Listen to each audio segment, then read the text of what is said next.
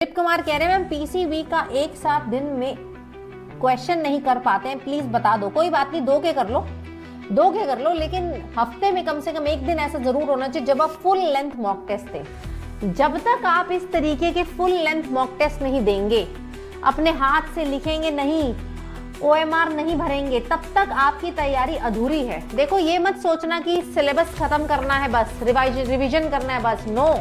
आपको अब कोशिश करनी है कि मैं 2.5 घंटे में पेपर कैसे पूरा करूं, मतलब स्पीड पे भी ध्यान देना है। और स्पीड पे ध्यान तभी आप दे पाएंगे जब आप उतनी प्रैक्टिस करेंगे। इसीलिए आपके लिए एसआरजी में स्पेशली 2 एडिशनल टेस्ट सीरीज हैं, 2 ऑफलाइन 2 ऑनलाइन, और ये 20 पेपर की ऑनलाइन एडिशनल टेस्ट सीरीज दी जा रही है, ताकि आप वो 3 घंटे, 3 तो मैं बोलती नहीं हूँ, 2.45 आवर्स में पेपर भरने की तैयारी करें, क्योंकि 15 मिनट में बबलिंग भी करनी है आपको। ओके, तो ये प्रैक्टिस बहुत जरूरी है।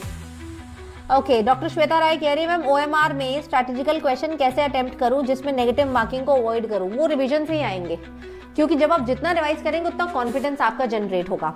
कई बार हम एक सवाल देखते हैं, हमें लगता है यार पढ़ा तो हुआ है, श्वेता को ऐसा लगता होगा, लेकिन बहुत पहले पढ़ा हुआ है तो कॉन्फिडेंस नहीं आता। फिर अब तुक्के मारते हैं तो नेगेटिव मार्किंग होती है। तो तुक्के मारने का चांस ही नहीं आना चाहिए। वो तब नहीं आएगा जब आप उतना कॉन्फिडेंट होंगे अपने उस कॉन्सेप्ट पे। वो कैसे होंगे? जब आप रिवीजन बारी बारी कर रहे होंगे। ओके, अब अगर तुम्हारी 2-3 बारी नॉर्मल रिवीजन हो गई है तो अब रेट्रोग्रेड रिवीजन का भी चालू करो। What is retrograde revision? मान लो मैंने बहुत बारी लिविंग वर्ल्ड पढ़ ली है, लिविंग वर्ल्ड तो नहीं, चलो हम कोई अच्छा चैप्टर ले लेते हैं। कोई अच्छा चैप्टर बताओ यार। मान लो तुमने बहुत बारी